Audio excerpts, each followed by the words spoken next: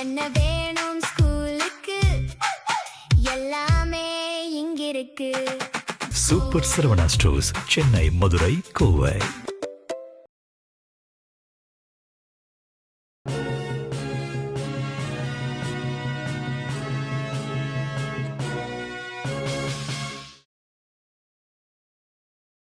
வணக்கம். ஜெம் செய்திகளுக்காக நான் அரசு. இந்திய நேரப்படி காலை 8:30 மணி செய்திகள். முதலில் ஜெம் தலைப்புச் செய்திகளை காணலாம். முதலமைச்சர் விஜய் தலைமையில் முதல் அமைச்சரவை கூட்டம். தாவேக அரசு பொறுப்பேற்ற பிறகு நடைபெறும் முதல் அமைச்சரவை கூட்டத்தில் அனைத்து அமைச்சர்களும் பங்கேற்பு. முதல்வரான பிறகும் திரைப்பட வசனங்கள் பேசுவதை தவிர்த்து மக்களின் அவசர தேவைகள் என்னவோ அவற்றை உணர்ந்து செயல்பட வேண்டும். திமுக சட்டமன்ற உறுப்பினர் செந்தில் பாலாஜி வலியுறுத்தல். முதல்வர் விஜய் திமுகவை ஏன் விமர்சிக்கிறார் என்பதை அவரிடமே கேட்க வேண்டும். திமுக முன்னாள் அமைச்சர் பெரிய கருப்பன் விமர்சனம். தமிழகம் முழுவதும் கோடை விடுமுறை முடிந்து இன்று பள்ளிகள் திறப்பு. விடுமுறை முடிந்து பள்ளிக்கு செல்ல மாணவர்கள் உற்சாகம். அமெரிக்கா ஈரான் இடையிலான ஒப்பந்தம் இந்த வார இறுதிக்குள் ஏற்படக்கூடும். அமெரிக்க அதிபர் டொனால்ட் ட்ரம்ப் அறிவிப்பு. இனி விரிவான செய்திகளை காணலாம். முதலமைச்சர் விஜய் தலைமையில் முதல் அமைச்சரவை கூட்டம் நாளை நடைபெற உள்ளது. தமிழகத்தில் நடந்து முடிந்த சட்டப்பேரவை தேர்தலில் தமிழக வெற்றி கழகம் தனிப்பெரும் கட்சியாக வெற்றி பெற்று கூட்டணி கட்சிகளின் ஆதரவுடன் ஆட்சியை கைப்பற்றியதை தொடர்ந்து விஜய் முதலமைச்சராக பதவியேற்றார். இந்நிலையில் தமிழக அமைச்சரவை கூட்டம் நாளை காலை 11 மணிக்கு நடைபெறும் என்று அறிவிக்கப்பட்டுள்ளது. இதன்படி சென்னை தலைமைச் செயலகத்தில் முதலமைச்சர் விஜய் தலைமையில் அமைச்சரவை கூட்டம் நடைபெறுகிறது. இதில் அனைத்து அமைச்சர்களும் பங்கேற்க உள்ளனர். முதலமைச்சர் விஜய் தலைமையிலான தாவேக அரசு பொறுப்பேற்ற பிறகு நடைபெறும் முதல் அமைச்சரவை கூட்டம் இது என்பது குறிப்பிடத்தக்கது. மாற்றம் என்று கூறி மக்களை ஏமாற்றி கவர்ச்சி பேச்சுகளால் மக்களிடம் வாக்குகளை பெற்றுள்ளதாக திமுக சட்டமன்ற உறுப்பினர் செந்தில் பாலாஜி குற்றம் சாட்டியுள்ளார். கோவை தெற்கு சட்டமன்ற உறுப்பினர் செந்தில் பாலாஜி நடந்து முடிந்த சட்டமன்ற தேர்தலில் வெற்றி பெற்றதை தொடர்ந்து ராமநாதபுரம் பகுதியில் உள்ள வாக்காளர்களை சந்தித்து நன்றிகளை தெரிவித்தார். தொடர்ந்து மறைந்த முன்னாள் முதலமைச்சர் கலைஞர் பிறந்த நாளை முன்னிட்டு பொதுமக்கள் அனைவருக்கும் அன்னதானம் வழங்கினார். இதன் பின்னர் அவர் செய்தியாளர்களிடம் பேசிய போது, திரையிலும் திரையுலகிலும் வசனங்கள் பேசலாம், ஆனால் மக்கள் பிரதிநிதியாக அரசு பொறுப்பேற்று முதல்வரான பிறகும் திரைப்பட வசனங்கள் பேசுவதை தவிர்த்து மக்களின் அவசர தேவைகளை என்னவோ அவற்றை உணர்ந்து செயல்பட வேண்டும் என்று தெரிவித்தார். தற்போது பொறுப்பேற்றுள்ள அரசு திமுகவை விமர்சிப்பதை மட்டுமே குறிக்கோளாக கொண்டிருப்பதாகவும் மக்களுக்கு அளித்த வாக்குறுதிகளை நிறைவேற்றுவதில் கவனம் செலுத்தவில்லை எனவும் குற்றம் சாட்டினார். மாற்றம் என்று கூறி மக்களை ஏமாற்றி கவர்ச்சி பேச்சுகளால் மக்களிடம் வாக்குகளை பெற்றுள்ளதாக தெரிவித்தார். மேலும் முதலில் மாற்றம் என்றால் என்ன என்பதை அவர்கள் விளக்க வேண்டும் என்று தெரிவித்தார். சட்டம் ஒழுங்கு பிரச்சனை குறித்து தாங்கள் பேசினால் எதிர்க்கட்சிகள் வழக்கம் போல் குறை கூறுவதாக ஆளுங்கட்சியினர் திசை திருப்புவார்கள் என திமுக முன்னாள் அமைச்சர் பெரிய கருப்பன் தெரிவித்துள்ளார். சிவகங்கை மாவட்டம் திருப்பத்தூர் காந்தி சிலை அருகில் மறைந்த முன்னாள் முதலமைச்சர் கருணாநிதியின் 103வது பிறந்தநாள் விழா திமுக முன்னாள் அமைச்சர் பெரிய கருப்பன் தலைமையில் நடைபெற்றது. விழாவில் முன்னாள் அமைச்சர் பெரிய கருப்பன் கலந்து கொண்டு கருணாநிதியின் உருவப்படத்திற்கு மாலை அணிவித்து மலர் தூவி மரியாதை செலுத்தி பொதுமக்களுக்கு இனிப்புகள் வழங்கினார். இதன் பின்னர் அவர் செய்தியாளர்களிடம் பேசிய போது, பல்வேறு நிகழ்ச்சிகளில் பத்திரிகையாளர்களை முதல்வர் விஜய் முறையாக நடத்துவதில்லை என்று பத்திரிகையாளர்களே வெளிப்படையாக கூறுவதாக தெரிவித்தார். தொடர்ந்து சட்டம் ஒழுங்கு தொடர்பான கேள்விக்கு பதிலளித்த அவர், ஆட்சியின் சட்டம் ஒழுங்கு செயல்பாடுகள் குறித்து பத்திரிகையாளர்களாகிய நீங்கள்தான் மதிப்பிட வேண்டும். ஏனென்றால் நாங்கள் கூறினால் எதிர்க்கட்சிகள் வழக்கம்போல் குறை கூறுகின்றனர் என்று சொல்வார்கள் என கூறினார். மேலும் முதல்வர் விஜய் திமுகவை ஏன் விமர்சிக்கிறார் என்பதை அவரிடமே கேட்க வேண்டும் என்றும் தெரிவித்தார். தமிழகம் முழுவதும் கோடை விடுமுறை முடிந்து இன்று பள்ளிகள் திறக்கப்படுகின்றன. தமிழகத்தில் ஒவ்வொரு ஆண்டும் பள்ளி மாணவர்களுக்கு மே மாதம் முழுவதும் கோடை விடுமுறை வழங்கப்படுவது வழக்கமாகும். ஆனால் இந்த ஆண்டு தமிழகத்தில் சட்டப்பேரவை தேர்தல் நடைபெற்றதால் அரசு பொதுத் தேர்வுகள் மற்றும் அனைத்து பள்ளி மாணவர்களுக்கான ஆண்டு இறுதித் தேர்வுகள் முன்கூட்டியே நடத்தி முடிக்கப்பட்டு ஏப்ரல் 17ஆம் தேதி முதலே கோடை விடுமுறை அளிக்கப்பட்டது. இதனைத் தொடர்ந்து ஜூன் 1ஆம் தேதி பள்ளிகள் மீண்டும் திறக்கப்படும் என்று அறிவிக்கப்பட்டிருந்த நிலையில் கோடை வெயிலின் தாக்கம் தொடர்ந்து அதிகரித்து வந்தது. இதன் காரணமாக பள்ளிகள் திறப்பு 3 நாட்கள் தள்ளி ஒத்திவைக்கப்பட்டு ஜூன் 4ஆம் தேதியான இன்று பள்ளிகள் திறக்கப்படும் என்று பள்ளிக்கல்வித்துறை அமைச்சர் ராஜ்மோகன் அறிவித்திருந்தார். இதன்படி தமிழகத்தில் கோடை விடுமுறை முடிந்து அனைத்து வகையான பள்ளிகளும் இன்று முதல் திறக்கப்படுகின்றன. இதையொட்டி பள்ளி வளாக பராமரிப்பு உள்ளிட்ட பல்வேறு முன்னேற்பாடுகள் பள்ளி நிர்வாகம் தரப்பில் முடிக்கப்பட்டு தயார் நிலையில் உள்ளன. அமெரிக்காவிற்கும் ஈரானுக்கும் இடையிலான பேச்சுவார்த்தை சாதகமான முறையில் முன்னேறி வருவதாக அதிபர் டொனால்டு ட்ரம்ப் தெரிவித்துள்ளார். அமெரிக்காவின் வெள்ளை மாளிகையில் அதிபர் டொனால்டு ட்ரம்ப் செய்தியாளர்களை சந்தித்து பேசினார். அப்போது அமெரிக்காவிற்கும் ஈரானுக்கும் இடையிலான பேச்சுவார்த்தை சாதகமான முறையில் முன்னேறி வருவதாக கூறினார். மேலும் இந்த வார இறுதிக்குள் ஒரு ஒப்பந்தம் ஏற்படக்கூடும் என்று தெரிவித்தார். லெபனானில் இஸ்ரேல் ஹிஸ்புல்லா இடையிலான மோதலை முடிவுக்கு கொண்டு வரும் முயற்சிகளில் இருந்து ஈரானுடனான பேச்சுவார்த்தையை தனித்து பார்க்க விரும்புவதாக கூறினார். லெபனானில் வன்முறையை கட்டுப்படுத்தும் முயற்சிகளின் ஒரு பகுதியாக அமெரிக்கா சமீபத்தில் ஹிஸ்புல்லா அமைப்புடன் நேரடி தொடர்பு கொண்டதாக தெரிவித்தார். வந்தவாசியில் திமுக சார்பில் மறைந்த முன்னாள் முதலமைச்சர் கருணாநிதியின் 103வது பிறந்தநாள் விழா மிக சிறப்பாக நடைபெற்றது. திருவண்ணாமலை மாவட்டம் வந்தவாசியில் திமுக சார்பில் மறைந்த முன்னாள் முதலமைச்சர் கருணாநிதியின் 103வது பிறந்தநாள் விழா நடைபெற்றது. இதில் நகர செயலாளர் தயாளன் தலைமை தாங்கினார். இதையொட்டி 5 கண் பாலம் அருகில் உள்ள மறைந்த முன்னாள் முதல்வர் அண்ணா மற்றும் கலைஞர் சிலைகளுக்கு நாடாளுமன்ற உறுப்பினர் செல்வம், சட்டமன்ற உறுப்பினர் அம்பேத்கர் குமார் ஆகியோர் மாலை அணிவித்து மரியாதை செலுத்தினர். இந்நிகழ்வில் நகர்மன்ற தலைவர் ஜலால், நகர்மன்ற உறுப்பினர்கள் நாகூர், மீரான் உள்ளிட்ட கட்சி நிர்வாகிகள் மற்றும் தொண்டர்கள் ஏராளமானோர் கலந்து கொண்டனர்.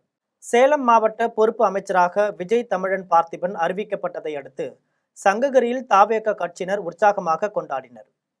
தமிழ்நாடு முழுவதும் மாவட்ட வாரியாக பொறுப்பு அமைச்சர்களை தமிழக அரசு நியமித்து உத்தரவிட்டுள்ளது. அதன் அடிப்படையில் சேலம் மாவட்டத்தின் பொறுப்பு அமைச்சராக தமிழக போக்குவரத்து துறை அமைச்சர் விஜய் தமிழன் பார்த்திபன் அறிவிக்கப்பட்டுள்ளார்.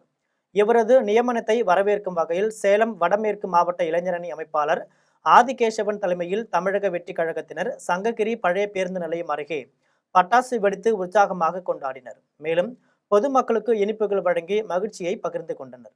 பெரியகுளம் நகர திமுக சார்பில் மறைந்த முன்னாள் முதல்வர் கருணாநிதி பிறந்தநாள் விழா நடைபெற்றது. தேனி மாவட்டம் பெரியகுளம் நகர திமுக சார்பில் மறைந்த முன்னாள் முதல்வர் கருணாநிதி பிறந்த நாளை முன்னிட்டு அவரது உருவப்படத்திற்கு நாடாளுமன்ற உறுப்பினர் தங்க தமிழ்செல்வன் தலைமையில் திமுக நிர்வாகிகள் மலர் தூவி மரியாதை செலுத்தினர். இதன் பின்னர் பொதுமக்களுக்கு இனிப்புகள் வழங்கினார்.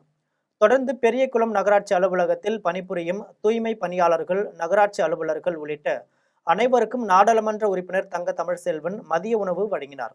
இந்நிகழ்வில் முன்னாள் சட்டமன்ற உறுப்பினர் சரவணகுமார், பெரியகுளம் நகர்மன்ற தலைவர் சுமிதா சிவக்குமார் உள்ளிட்ட ஏராளமான கட்சி நிர்வாகிகள் மற்றும் தொண்டர்கள் கலந்து கொண்டனர். கரூர் மாவட்ட திமுக சார்பில் மறைந்த முன்னாள் முதலமைச்சர் கருணாநிதியின் பிறந்த நாளை முன்னிட்டு அன்னதானம் வழங்கும் நிகழ்ச்சி நடைபெற்றது. கரூர் மாவட்ட திமுக சார்பில் மறைந்த முன்னாள் முதலமைச்சர் கருணாநிதியின் 103வது பிறந்த நாளை முன்னிட்டு வெண்ணெய்மலை பகுதியில் செயல்பட்டு வரும் அன்பு கரங்கள் ஆதரவற்றோர் இல்லத்தில் அறுசுவை உணவு வழங்கினர். தொடர்ந்து கரூர் மாவட்ட திமுக மாணவரணி சார்பில் கரூரில் உள்ள கல்யாண பசுபதீஸ்வரர் ஆலயம் அன்னதானம் வழங்கும் நிகழ்ச்சி நடைபெற்றது. இந்நிகழ்ச்சியில் ஏராளமான கட்சி நிர்வாகிகள் மற்றும் தொண்டர்கள் கலந்து கொண்டனர். காட்டுமன்னார் கோவிலில் முத்தமிழறிஞர் கலைஞர் பிறந்த நாளில் திமுக ஒன்றிய நகர இளைஞரணி சார்பில் இலவச பொது மருத்துவ முகாம் மற்றும் பொதுமக்களுக்கு நலத்திட்ட உதவிகள் வழங்கப்பட்டது. கடலூர் மாவட்டம் காட்டுமன்னார் கோவில் திமுக ஒன்றிய நகர இளைஞர் அணி உள்ளிட்ட சார்பு அணிகள் சார்பில் முத்தமிழறிஞர் கருணாநிதி அவர்களின் பிறந்தநாள் விழா கொண்டாடப்பட்டது. இந்நிகழ்ச்சிக்கு சிறப்பு விருந்தினராக கடலூர் கிழக்கு மாவட்ட திமுக பொருளாளர் கதிரவன் கலந்து கொண்டு கலைஞரின் திருவுருவ படத்திற்கு மலர் தூவி அஞ்சலி செலுத்தினார். அதனைத் தொடர்ந்து தனியார் திருமண மண்டபத்தில் திமுக இளைஞரணி மற்றும் புதுச்சேரி மருத்துவ ஆராய்ச்சி நிறுவனம் இணைந்து பொதுமக்களுக்கான இலவச பொது மருத்துவ முகாம் நடைபெற்றது. இதில் 500க்கும் மேற்பட்ட பொதுமக்கள் கலந்து கொண்டு பயன்பெற்றனர். இந்நிகழ்ச்சியில் கடலூர் கிழக்கு மாவட்ட செயலாளர் பன்னீர்செல்வம், பொருளாளர் கதிரவன், ஒன்றிய செயலாளர் ஜெயபாண்டியன் மற்றும் கட்சியின் அனைத்து நிலை நிர்வாகிகள் உள்ளிட்ட ஏராளமானோர் கலந்து கொண்டனர். பூந்தமல்லி அருகே கலைஞரின் 103வது பிறந்தநாள் விழா மாவட்ட பிரதிநிதி லயன் சுதாகர் தலைமையில் வெகு சிறப்பாக கொண்டாடப்பட்டது. திருவள்ளூர் மாவட்டம் பூந்தமல்லி அடுத்த பெரியார் நகரில் மாவட்ட பிரதிநிதி லயன் சுதாகர் தலைமையில் கலைஞரின் 103வது பிறந்தநாள் விழா வெகு சிறப்பாக கொண்டாடப்பட்டது. இந்நிகழ்வில் முன்னாள் அமைச்சர் நாசர், ஆதி திராவிட நலக்குழு மாநில செயலாளர் கிருஷ்ணசாமி ஆகியோர் கலந்து கொண்டு கலைஞர் திருவுருவ படத்திற்கு மலர் தூவி மரியாதை செலுத்தினர்.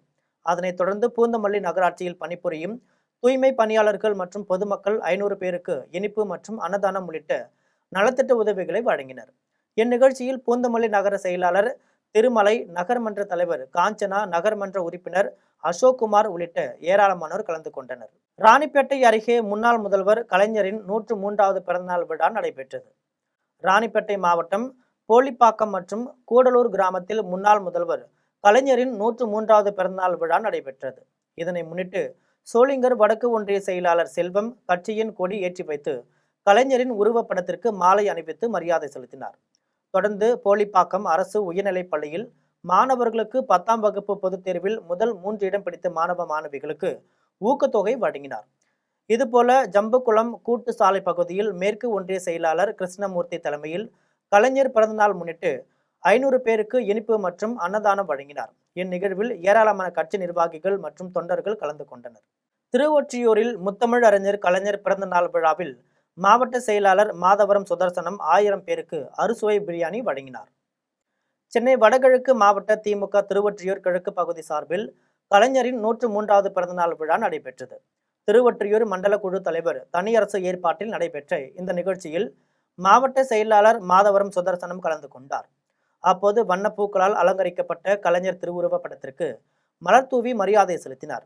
அதன் பின்பு திராவிட கட்சி கொடியினை ஏற்றி வைத்து ஏழை எளிய மக்களுக்கு அசைவ உணவு வழங்கப்பட்டது. இதில் பகுதி அவைத்தலைவர் ஆசை தம்பி, ராஜா, சைலேஷ் குமார் உள்ளிட்ட கழக நிர்வாகிகள் ஏராளமானோர் கலந்து கொண்டனர்.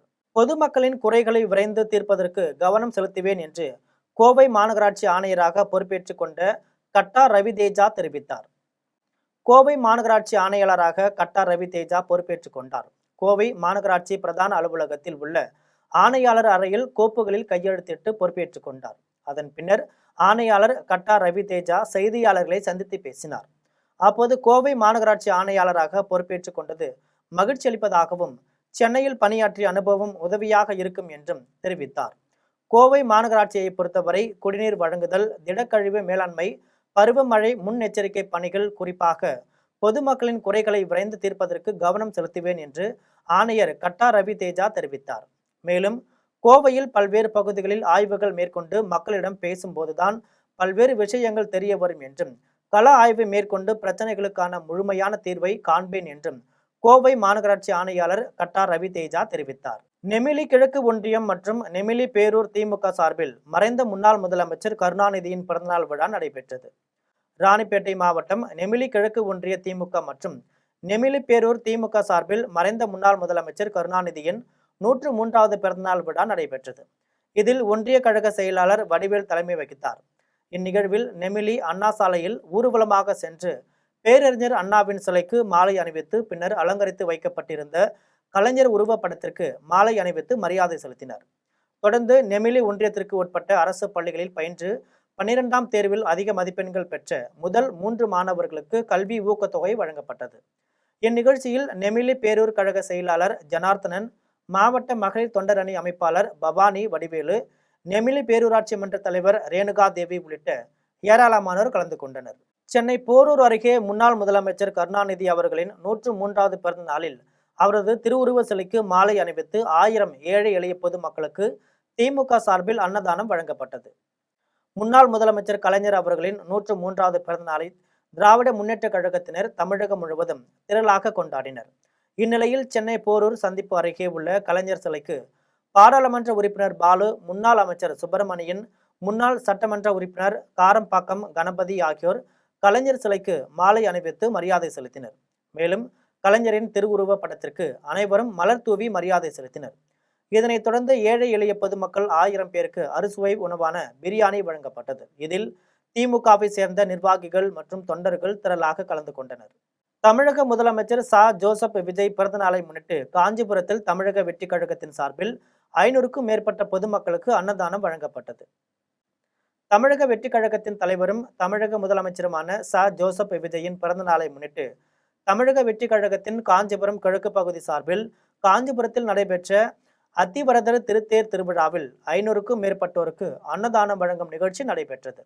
நிகழ்ச்சியில் அமைச்சர்கள் எஸ்கேபி தென்னரசு, ஆர்வி ரஞ்சித்குமார் மற்றும் காஞ்சிபுரம் கிழக்கு மாநகர செயலாளர் மொய்தீன், காஞ்சிபுரம் கிழக்கு பகுதி செயலாளர் செல்வம் ஆகியோர் கலந்து கொண்டு அன்னதானம் வழங்கினர். இதில் மேற்கு பகுதி செயலாளர் மதன்குமார், தென்கிழக்கு பகுதி செயலாளர் தனசேகர் பகுதி மற்றும் வார்டு நிர்வாகிகள் பார்த்திபன் ராஜா, எஸ். ராஜா, திவ்யா, காமராஜ், விஜய், தினேஷ், வாசு, சூர்யா, அரவிந்த், சந்தோஷ், வேலு, சக்தி, ஹரி, கிருபாகரன் உட்பட பலர் கலந்து கொண்டனர்.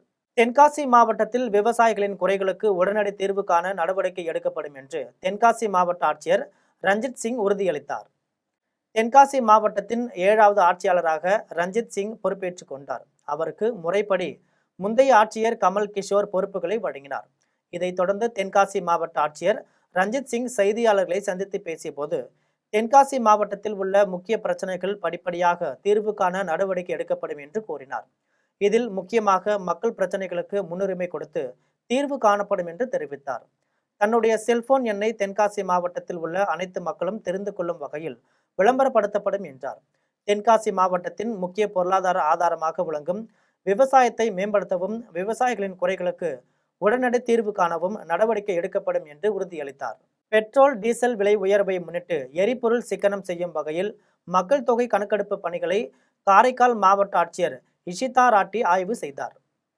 புதுச்சேரி மாநிலம் காரைக்கால் மாவட்டத்தில் மக்கள் தொகை கணக்கெடுப்பு பணிகள் கடந்த 1ஆம் தேதி முதல் நடைபெற்று வருகிறது. இந்த நிலையில் அதிகாரிகள் வீடு வீடாக மக்கள் தொகை கணக்கெடுப்பு பணிகள் செய்து வருவதை காரைக்கால் மாவட்ட ஆட்சியர் இஷிதா ராட்டி நேரில் ஆய்வு செய்தார்.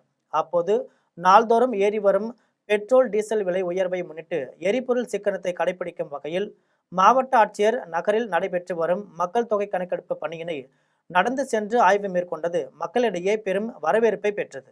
சர்வதேச சுற்றுலா தலமான கன்னியாகுமரியில் புதிதாக பொறுப்பேற்றுக் கொண்ட மாவட்ட ஆட்சியர் பிரதாப் திடீர் ஆய்வு மேற்கொண்டார். சர்வதேச சுற்றுலா தலமான கன்னியாகுமரிக்கு தினசரி ஆயிரக்கணக்கான சுற்றுலா பயணிகள் வருகை புரிகின்றனர். சுற்றுலா பயணிகளின் வசதிக்காக பல்வேறு அடிப்படை வசதிகள் மேற்கொள்ளப்பட்டு வருகிறது. இந்நிலையில் புதிதாக பொறுப்பேற்றுள்ள கன்னியாகுமரி மாவட்ட ஆட்சியர் பிரதாப் கன்னியாகுமரி கடற்கரை பகுதிக்கு நேரில் சென்று அப்பகுதியில் உள்ள குடிநீர், கழிவறை வசதிகளை ஆய்வு மேற்கொண்டார். பொதுமக்களுக்கும் சுற்றுலா பயணிகளுக்கும் 24 மணி நேரமும் அடிப்படை வசதிகள் மேற்கொள்ள அதிகாரிகளுக்கு உத்தரவிட்டார். 1 மணி நேரமாக கன்னியாகுமரியில் ஆய்வை மேற்கொண்ட ஆட்சியருக்கு சுற்றுலா பயணிகளும் பொதுமக்களும் தங்களுக்கான அடிப்படை வசதிகளை உடனே செய்து தர கோரிக்கை வைத்தனர். மேலும் உடனடியாக நடவடிக்கை எடுப்பதாகவும் ஆட்சியர் பிரதாப் உறுதியளித்துள்ளார். சட்டம் ஒழுங்கு, போதைப் பொருட்கள் புழக்கத்தை கட்டுப்படுத்த கடுமையான நடவடிக்கைகள் எடுக்கப்படும் என தமிழக டிஜிபி மகேஷ்குமார் அகர்வால் தெரிவித்துள்ளார். சென்னை காமராஜர் சாலையில் உள்ள டிஜிபி அலுவலகத்தில் தமிழகத்தின் 34வது காவல்துறை தலைமை இயக்குநராக மகேஷ்குமார் அகர்வால் பொறுப்பேற்றுக் கொண்டார். இதன் பின்னர் அவருக்கு தமிழக காவல்துறை உயர் அதிகாரிகள் பூங்கொத்து கொடுத்து வாழ்த்து தெரிவித்தனர். இதனைத் தொடர்ந்து அவர் செய்தியாளர்களை சந்தித்து பேசிய போது, தமிழகத்தில் சட்டம் ஒழுங்கு, போதைப் பொருட்கள் ஒழிப்பு, குழந்தைகளுக்கு எதிரான குற்றங்கள், சைபர் கிரைம் குற்றங்களை தடுக்க கடுமையான நடவடிக்கைகள் எடுக்கப்பட இருப்பதாக தெரிவித்தார். காவல்துறையினரின் நடவடிக்கைக்கு பொதுமக்கள் முழுமையான ஒத்துழைப்பை தர வேண்டும் என்று கேட்டுக்கொண்டார். கொடைக்கானலில் உள்ள வான் இயற்பியல் ஆய்வகத்தில் விண்வெளியில் உள்ள வெவ்வேறு கோள்களுக்கு நாம் சென்றால் நம்முடைய எடை எவ்வாறு மாறும் என்பதை துல்லியமாக காட்டும் அறிவியல் தொழில்நுட்ப தராசு அறிமுகப்படுத்தப்பட்டுள்ளது. திண்டுக்கல் மாவட்டம் கொடைக்கானலில் சுற்றுலா பயணிகள் மற்றும் பள்ளி, கல்லூரி மாணவர்கள் பார்த்து வரும் இடமாக அப்சர்வேட்டரி பகுதியில் வரலாற்று சிறப்புமிக்க வான் இயற்பியல் ஆய்வகம் அமைந்துள்ளது. இங்கு சூரியன் குறித்தும் அதன் நகர்வுகள் குறித்தும் இங்குள்ள விஞ்ஞானிகள் மூலம் ஆய்வுகள் நடைபெற்று வருகின்றது. மேலும் வானில் நிகழக்கூடிய அரிய நிகழ்வுகள் கண்காணிக்கப்படுவதுடன் அதனை பொதுமக்கள் மற்றும் சுற்றுலா பயணிகள் கண்டுகளிக்க அவ்வப்போது சிறப்பு ஏற்பாடுகள் செய்யப்படுவது வழக்கம். மேலும் மியூசியத்தில் அமைந்துள்ள கருவிகள் குறித்தும் அதன் செயல்பாடுகள் குறித்தும் இங்கு வரக்கூடியவர்களுக்கு விளக்கம் அளிக்கப்படுகிறது. இந்த நிலையில் வான் இயற்பியல் ஆய்வகத்தில் சுற்றுலா பயணிகளை பெரிதும் கவரும் வகையில் அறிவியல் தராசு அமைக்கப்பட்டுள்ளது. இதில் விண்வெளியில் உள்ள வெவ்வேறு கோள்களுக்கு நாம் சென்றால் நம்முடைய எடை எவ்வாறு மாறும் என்பதை துல்லியமாக காட்டும் அறிவியல் தொழில்நுட்ப தராசு பார்வையாளர்களிடையே பெரும் வியப்பை ஏற்படுத்தி வருகிறது. மேலும் பூமியில் இருக்கும் நமது எடை அடிப்படையாக கொண்டு மற்ற கோள்களின் ஈர்ப்பு விசைக்கு ஏற்ப நம் எடை அங்கு எவ்வளவு இருக்கும் என்பதை இந்த திரை நொடி பொழுதில் கணக்கிட்டு காட்டுகிறது. வெங்கப்பட்டு கிராமத்தில் தனியார் பொறியியல் கல்லூரி நிர்வாகம் 2 மெகாவாட் திறன் கொண்ட சூரிய மின் நிலையத்தை திறந்து வைத்துள்ளது. ராணிப்பேட்டை மாவட்டம் வெங்கப்பட்டு கிராமத்தில் 2 மெகாவாட் சூரிய மின் நிலையத்தை தனியார் பொறியியல் கல்லூரி நிர்வாகத்தின் துணைத் தலைவர் அபய் மேகநாதன் திறந்து வைத்தார். இந்த சூரிய மின் நிலையம் ஆண்டிற்கு 38 லட்சம் யூனிட் மின்சாரத்தை உற்பத்தி செய்யும் என மதிப்பிடப்பட்டுள்ளது. இது குறித்து தனியார் பொறியியல் கல்லூரி துணைத் தலைவர் அபய் மேகநாதன் பேசிய போது, இந்த 2 மெகாவாட் சூரிய மின் நிலையம் தேச முன்னேற்றம், காலநிலை மாற்றத்திற்கான நடவடிக்கைகள் மற்றும் நிலையான வளர்ச்சிக்கான தங்களின் உறுதியை பிரதிபலிக்கிறது என்று தெரிவித்தார். கல்லூரி வளாகத்தில் 4000க்கும் மேற்பட்ட மரங்கள் வளர்க்கப்பட்டுள்ளன. இதன் மூலம் மாணவர்கள் மற்றும் ஆசிரியர்களுக்கு ஆரோக்கியமான கற்றல் சூழல் உருவாக்கப்பட்டுள்ளது என்று கூறினார். மதுரை தனியார் மருத்துவமனையில் முதல் முறையாக நோய் எதிர்ப்பு குறைபாடு உள்ள பச்சிளம் குழந்தைகளுக்கு ஸ்டெம் செல் மாற்று அறுவை சிகிச்சை வெற்றிகரமாக நிறைவு பெற்றது. மதுரை தனியார் மருத்துவமனையில் கடும் நோய் எதிர்ப்பு குறைபாடுகள் இரட்டை பச்சிளம் குழந்தைகளுக்கு பாதி அளவு பொருந்திய எலும்பு மஜ்ஜை ஸ்டெம் செல் மாற்று அறுவை சிகிச்சை வெற்றிகரமாக நிறைவு பெற்றது. தென் தமிழகத்தில் முதல் முறையாக இந்த சாதனை நிகழ்த்தப்பட்டுள்ளது. மேலும் தீவிர கூட்டு நோய் எதிர்ப்பு குறைபாடு என்பது உயிருக்கு ஆபத்தான கடும் தொற்றுகளை ஏற்படுத்தும் ஒரு மரபணு குறைபாட்டாகும். இதற்கு சரியான நேரத்தில் தகுந்த சிகிச்சை அளிக்காவிட்டால் 6 மாதங்களுக்குள் குழந்தை உயிரிழக்க நேரிடலாம் என்பது குறிப்பிடத்தக்கது. திருவண்ணாமலையில் பயிர்க்கடன் முழுவதும் தள்ளுபடி செய்ய வலியுறுத்தி 300க்கும் மேற்பட்ட விவசாயிகள் தமிழக அரசுக்கு எதிரான கண்டன ஆர்ப்பாட்டத்தில் ஈடுபட்டனர். திருவண்ணாமலை மாவட்டம் கேட்டவரம்பாளையத்தில் அனைத்து விவசாயிகள் முன்னேற்ற சங்கம் சார்பில் தமிழக விவசாயிகளின் தொடக்க வேளாண்மை கூட்டுறவு கடன் சங்கத்தில் பெற்றுள்ள விவசாய பயிர் கடன்களை அனைத்தையும் முழுமையாக தள்ளுபடி செய்ய வலியுறுத்தி 300க்கும் மேற்பட்ட விவசாயிகள் கண்டன ஆர்ப்பாட்டத்தில் ஈடுபட்டனர். விவசாயிகள் சங்க மாநில தலைவர் ராஜா தலைமையில் நடைபெற்ற இந்த ஆர்ப்பாட்டத்தில் தமிழக பொதுப்பணி மற்றும் விளையாட்டுத்துறை அமைச்சர் ஆதவ அர்ஜுனா விவசாயத்தை விட விளையாட்டுத்துறைதான் மிகவும் கடினமானது என்று பேசியதற்கு விவசாயிகள் கடும் கண்டனத்தை தெரிவித்தனர். மேலும் தமிழக அரசு விவசாயிகள் தொடக்க வேளாண்மை கூட்டுறவு வங்கியில் பெற்றுள்ள பயிர் கடன்களை முழுமையாக தள்ளுபடி செய்ய வேண்டும் என்று வலியுறுத்தினர். விழுப்புரம் அரசு மருத்துவமனையில் உரிய சிகிச்சை அளிக்காததால் மாரடைப்பால் இளைஞர் இறந்ததாக கூறி உறவினர்கள் அரசு மருத்துவமனை வளாகத்தை முற்றுகையிட்டு தர்ணா போராட்டத்தில் ஈடுபட்டனர். திருவனைநல்லூர் அடுத்த கரடிப்பாக்கம் கிராமத்தை சேர்ந்த சரத்குமார் என்ற இளைஞர் நெஞ்சுவலி காரணமாக நேற்று மாலை 3 மணி அளவில் முண்டியம்பாக்கத்தில் உள்ள விழுப்புரம் அரசு மருத்துவக் கல்லூரி மருத்துவமனையில் அனுமதிக்கப்பட்ட நிலையில் இரவு 9 மணி அளவில் உயிரிழந்தார். மருத்துவர்கள் உரிய சிகிச்சை அளிக்காததால் சரத்குமார் இறந்துவிட்டதாக கூறி சரத்குமாரின் உறவினர்கள் அரசு மருத்துவக் கல்லூரி மருத்துவமனை முன்பு சாலையில் அமர்ந்து போராட்டத்தில் ஈடுபட்டனர். போராட்டத்தில் ஈடுபட்டவர்களிடம் காவல்துறையினர் பேச்சுவார்த்தை நடத்தி வாக்குவாதம் செய்தனர். அப்போது நீங்கள் அளித்த புகாரின் பேரில் நடவடிக்கை எடுக்கப்படும் என்றும் உடலை வாங்கி செல்லுங்கள் என்று காவல்துறையினர் அறிவுறுத்தியதை அடுத்து அனைவரும் கலைந்து சென்றனர். காட்டுமன்னார் கோவிலில் கொள்ளிடம் கீழணை பாசன விவசாயிகள் சங்கம் சார்பில் கூட்டுறவு கடன்களை முழுமையாக ரத்து செய்யாத தமிழக அரசை கண்டித்து கண்டன ஆர்ப்பாட்டம் நடைபெற்றது. கடலூர் மாவட்டம் காட்டுமன்னார் கோவில் பேருந்து நிலையம் அருகே கொள்ளிடம் கீழணை பாசன விவசாயிகள் சங்கம் சார்பில் கூட்டுறவு கடன்களை முழுமையாக ரத்து செய்யாத தமிழக அரசை கண்டித்து கண்டன ஆர்ப்பாட்டம் நடைபெற்றது. கண்டன ஆர்ப்பாட்டத்தில் தேர்தல் வாக்குறுதிகளில் அளித்தபடி 5 ஏக்கர் வரை முழு கடனையும் 5 ஏக்கருக்கு மேல் 50% கடனையும் தள்ளுபடி செய்யும் முறை நடைமுறைப்படுத்த வேண்டும். கர்நாடக அரசு மேகதாது அணை கட்டுவதை நீதிமன்றம் மூலம் தடை ஆணை பெற வேண்டும். உரவிலை ஏற்றத்திற்கு மத்திய அரசு கூடுதல் மானியம் வழங்க வேண்டும் உள்ளிட்ட பல்வேறு கோரிக்கைகளை வலியுறுத்தி கண்டன ஆர்ப்பாட்டங்கள் நடைபெற்றது. இந்நிகழ்ச்சியில் சங்க தலைவர் விநாயகமூர்த்தி, விவசாய சங்க பிரதிநிதிகள் நஜிமுதீன் மற்றும் 100க்கும் மேற்பட்ட விவசாயிகள் கலந்து கொண்டனர். தூத்துக்குடி அருகே 72 லட்சம் ரூபாய் மோசடி வழக்கில் தமிழக வெற்றி கழக ஏரல் நகர செயலாளர் மற்றும் அவரது மனைவி ஆகியோரை மாவட்ட குற்றப்பிரிவு காவல்துறையினர் கைது செய்துள்ளனர். தூத்துக்குடி மாவட்டம் ஏரல் பகுதியைச் சேர்ந்த தாவேக நகர செயலாளர் ராஜா. இவர் தனக்கு சொந்தமான இடத்தை தனியார் வங்கியில் வைத்து பணம் பெற்றுள்ளார். இதற்கிடையில் பணத்தை கட்ட தவறினால் நிலம் ஏலம் விடப்படும் என்று வங்கி நிர்வாகம் அறிவித்துள்ளது. இது குறித்து சாத்தான்குளத்தை சேர்ந்த பாபு என்பவரிடம் தெரிவித்துள்ளார். இதையடுத்து பாபு முதற்கட்டமாக 72 லட்சம் ரூபாய் பணத்தை வங்கியில் செலுத்தி அவரது இடத்தை மீட்டு கொடுத்துள்ளார். இதன் பின்னர் மீதமுள்ள பணத்தை ராஜாவிடம் கொடுத்து நிலத்தை எழுதி தரும்படி கேட்டுள்ளார். இது குறித்து ராஜா முறையாக பதில் அளிக்காமல் தலைமறைவானார். இந்நிலையில் தமிழக வெற்றி கழகத்தின் ஆட்சி வந்த பிறகு அவர் வாங்கிய பணத்தை தர முடியாது என்றும் நிலத்தையும் எழுதி தர முடியாது என்றும் பாபுவிடம் ராஜா தெரிவித்துள்ளார். இதையடுத்து பாபு ஏரல் காவல் நிலையத்தில் புகார் அளித்தார். புகாரின் அடிப்படையில் ராஜா மற்றும் அவரது மனைவி பொன் தெய்வம் ஆகிய இருவரையும் கைது செய்த குற்றப்பிரிவு காவல்துறையினர் விசாரணைக்கு அழைத்து சென்றுள்ளனர். தமிழக வெற்றி கழக நகர செயலாளர் கைது செய்யப்பட்ட சம்பவம் தூத்துக்குடி மாவட்டத்தில் பெரும் பரபரப்பை ஏற்படுத்தியுள்ளது. தூத்துக்குடியில் பிரபல சினிமா நடிகையின் தந்தையை உயிர் பறிப்பு செய்யும் செயலில் ஈடுபட்ட குற்றவாளிகளை காவல்துறையினர் தேடி வருகின்றனர். தூத்துக்குடி முத்தையாபுரம் மகாலட்சுமி நகரை சேர்ந்தவர் புலவர் கணேசன். இவர் சீரியல் நடிகை தீபாவின் தந்தை ஆவார். இவர் முத்தையாபுரம் பகுதியில் பத்ரகாளியம்மன் கோவில் அருகே பெருந்தலைவர் காமராஜர் சிலை அமைக்கும் பணிகளிலும் ஈடுபட்டு வருகிறார். இந்த நிலையில் பத்ரகாளியம்மன் கோவிலில் இவர் தர்மகர்த்தாவாக இருக்கும் பொழுது தங்கசேகர் என்பவர் கோவிலில் ஊழல் செய்துள்ளதாகவும் அதனை தட்டி கேட்டதாகவும் இதனால் பாதிக்கப்பட்டிருக்கும் பகைமை உண்டாகியுள்ளது. காமராஜர் சிலை நிறுவுவதற்கு தங்கசேகருடைய அண்ணன் ஜெகதீசன் காமராஜர் சிலை வைக்கக்கூடாது என மதுரை உயர்நீதிமன்ற நீதிமன்றத்தில் வழக்கு தொடர்ந்திருந்த நிலையில் நடிகர் தீபா அவர்களின் அப்பாவிற்கு சாதகமாக தீர்ப்பு கிடைத்தது. இதனால் ஆத்திரமடைந்த எதிர்த்தரப்பினர் தீபாவின் அப்பாவை உயிர் பறிப்பு செய்யும் செயலில் ஈடுபட்டுள்ளனர். இதில் பலத்த காயமடைந்த கணேசன் மருத்துவமனையில் சிகிச்சை பெற்று வருகிறார். இந்த நிலையில் இது குறித்து முத்தையாபுரம் காவல்துறையினர் வழக்கு பதிவு செய்து குற்றவாளிகளை தேடி வருகின்றனர். இச்சம்பவம் தொடர்பான சிசிடிவி காட்சிகள் வெளியாகி வைரலாகி வருகிறது.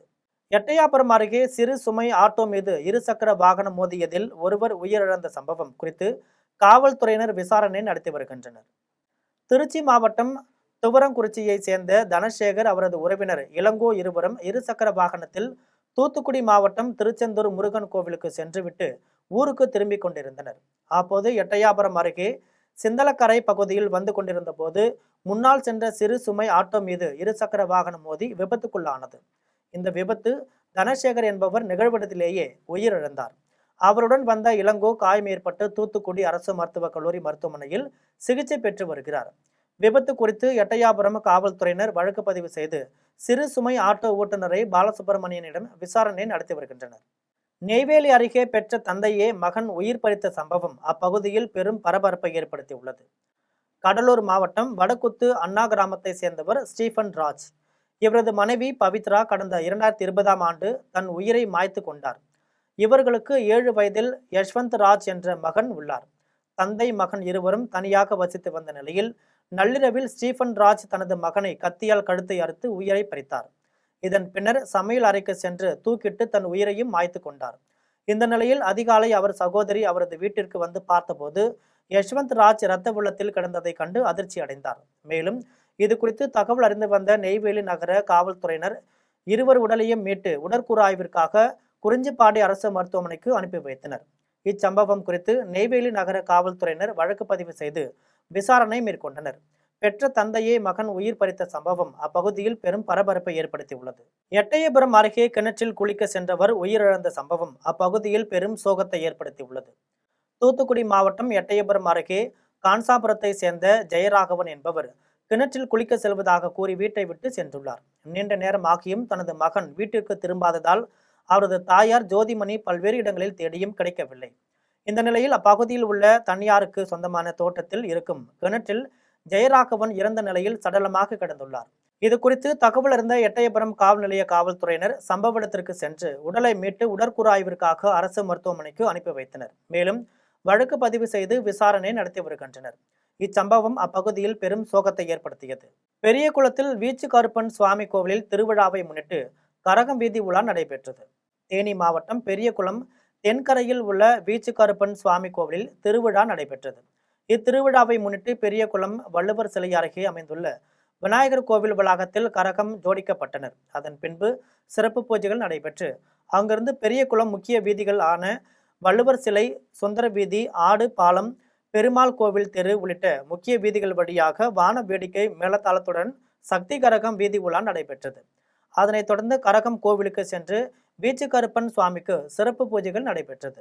இதில் ஏராளமான பொதுமக்கள் கலந்து கொண்டு சுவாமி தரிசனம் செய்தனர். சென்னை கிழக்கு கடற்கரை சாலையில் அடுத்தடுத்து பல வாகனங்கள் மீது மோதிவிட்டு நிறுத்தாமல் அதிவேகமாக சென்ற காரை பொதுமக்கள் சுமார் 10 கிலோமீட்டர் தூரம் துரத்தி பிடித்து ஓட்டுநருக்கு தர்ம அடி கொடுத்த சம்பவம் பெரும் பரபரப்பை ஏற்படுத்தியுள்ளது. ஈசிஆர் சாலை காணத்தூர் பகுதியிலிருந்து சென்னை நோக்கி கார் ஒன்று மிக அதிவேகமாக சென்றுள்ளது. திடீரென கட்டுப்பாட்டை இழந்த கார் இருசக்கர வாகனம் மற்றும் சைக்கிள் மீது மோதிவிட்டு நிற்காமல் சென்றது. இதில் ஒருவருக்கு கால் முறிவு ஏற்பட்டது. 10 கிலோமீட்டர் வரை நிற்காமல் சென்ற காரை ஈஞ்சம்பாக்கம் பொதுமக்கள் மடக்கி பிடித்து காரை அடித்து நொறுக்கினர். மேலும் காரை ஓட்டி வந்த 38 வயது மதிக்கத்தக்க ஆணுக்கு பொதுமக்கள் தர்ம அடி கொடுத்து அவருடன் பெண் உட்பட இருவரையும் பொதுமக்களிடம் இருந்து மீட்டு காவல் நிலையத்திற்கு அழைத்து சென்றனர். விசாரணையில் அவர் பெயர் நோபல் ராஜ் வெங்கடேசன் என்பதும் அவர் மாற்றுத்திறனாளி என்று தெரிய வந்துள்ளது. விபத்து ஏற்படுத்திய நபரை கண்டித்து பொதுமக்கள் சாலை மறியலில் ஈடுபட்டனர். இதனால் அங்கு கடுமையான போக்குவரத்து நிலவியது. மீண்டும் ஜெம் தலைப்புச் செய்திகள். முதலமைச்சர் விஜய் தலைமையில் முதல் அமைச்சரவை கூட்டம். தாவேக அரசு பொறுப்பேற்ற பிறகு நடைபெறும் முதல் அமைச்சரவை கூட்டத்தில் அனைத்து அமைச்சர்களும் பங்கேற்பு. முதல்வரான பிறகும் திரைப்பட வசனங்கள் பேசுவதை தவிர்த்து மக்களின் அவசர தேவைகள் என்னவோ அவற்றை உணர்ந்து செயல்பட வேண்டும். திமுக சட்டமன்ற உறுப்பினர் செந்தில் பாலாஜி வலியுறுத்தல். முதல்வர் விஜய் திமுகவை ஏன் விமர்சிக்கிறார் என்பதை அவரிடமே கேட்க வேண்டும். திமுக முன்னாள் அமைச்சர் பெரிய கருப்பன் விமர்சனம். தமிழகம் முழுவதும் கோடை விடுமுறை முடிந்து இன்று பள்ளிகள் திறப்பு. விடுமுறை முடிந்து பள்ளிக்கு செல்ல மாணவர்கள் உற்சாகம். அமெரிக்கா ஈரான் இடையிலான ஒப்பந்தம் இந்த வார இறுதிக்குள் ஏற்படக்கூடும். அமெரிக்க அதிபர் டொனால்ட் ட்ரம்ப் அறிவிப்பு. இத்துடன் ஜெம் செய்திகள் நிறைவடைகின்றன. மீண்டும் ஜெம் செய்திகள் மதியம் 1:30 மணிக்கு. உடனுக்குடன் செய்திகளை காண ஜெம் live.tv என்ற இணையதளத்தில் இணைந்திருங்கள். நன்றி, வணக்கம்.